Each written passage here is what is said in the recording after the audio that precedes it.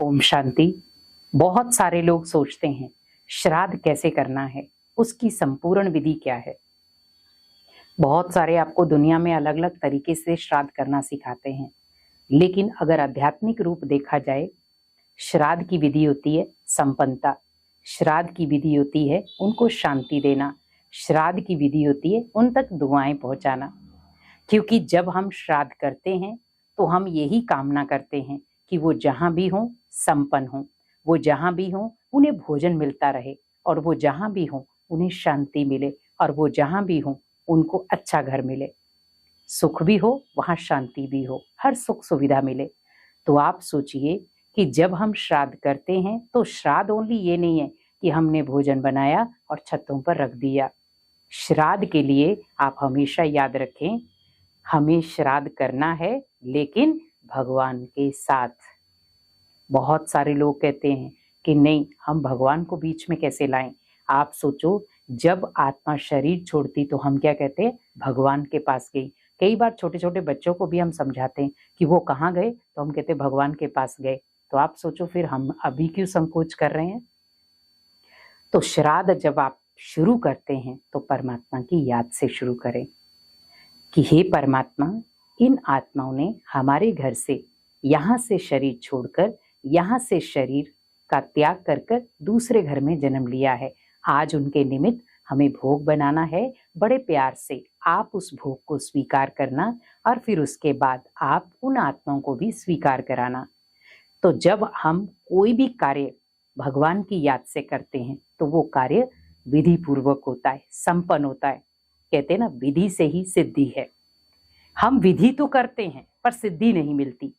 कई बार हम श्राद्ध का भोजन बना रहे हैं पर टेंशन होती है, बातें करते हुए बना रहे हैं, टीवी देखते हुए बना रहे हैं, मोबाइल देखते हुए बना रहे हैं।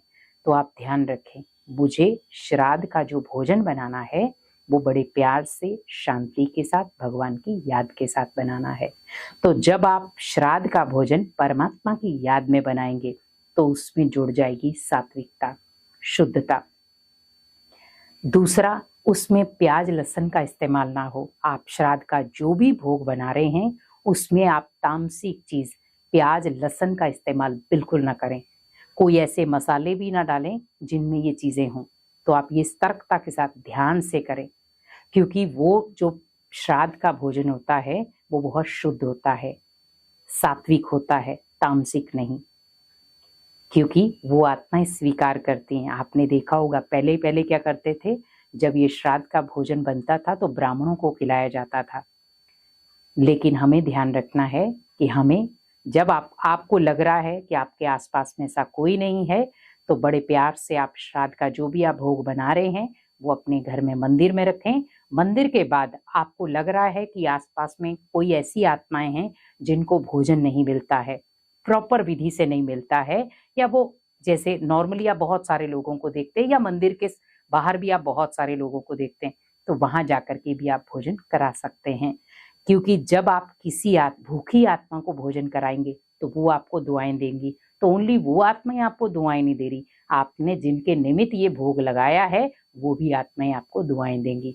तो आप सोचो कि जिस आत्मा को आपने कराया उसको उस भोजन की जरूरत थी, तो आपने उन्हें भोजन कराया। लेकिन जिस आत्मा के निमित्त आपने कराया वो आत्माएं भी आपको दुआएं दे रही हैं।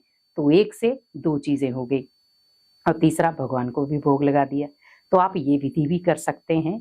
अगर मान लो आप घर में मंदिर में भोग लगाएं, उसके बाद आप वहां पर जाकर, जिस भी मंदिर के बाहर आप जा रहे हैं वहां पर भी आप भोग लगा दें, और उसके बाद आप बाहर जो भी बैठे हैं उनको आप करा सकते हैं। बड़े प्यार से आप खुशी से उनको भोजन करा के आए, जितना भी वो खाना चाहते हैं उतना उनको खिलाएं, और बड़े प्यार से आप उनको भरपूरता का अनुभव करा के ही आप वापिस आए।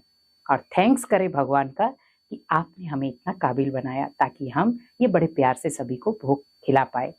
क्योंकि ये विधियां जो हैं बहुत सारे मनुष्य छोड़ देते हैं। तो आप भगवान की याद में जब भोजन बनाएंगे और इस विधि को अपनाएंगे तो आपके पितरों तक ये विधि पहुंचेगी, और वो जरूर आपको वहां बैठे दुआएं देंगे। दूसरा, आपको बातें बिल्कुल नहीं करनी है। जब भी आप पितरों को भोजन कराते, जैसे कई बार हम छतों पे भी रखते हैं तो भी हम बातें करते रहते हैं, कोशिश यही करें कि हमें छतों पे ना रख के हमें डायरेक्ट किसी आत्मा को भोजन कराना है, किसी मनुष्य आत्मा को जो भोजन के लिए तरसती है उस आत्मा को भोजन करा कराए। बहुत सारे सोचते हैं कौवा भोजन कर लेगा तो शायद पितरों ने कर लिया। तो आप ध्यान रखें कि हमें किसी मनुष्य, क्योंकि हमारे जो पितर थे वो मनुष्य आत्माएं थी, तो हमें भोजन भी किसको कराना है, भोग भी किसको देना है, मनुष्य आत्मा को, ताकि वो आत्माएं वहां से रिसीव कर सके। तो अगर आप भी श्राद्ध करते हैं तो आप भी इस विधि को अपनाएं और अपने पितरों से दुआएं लें। ओम शांति।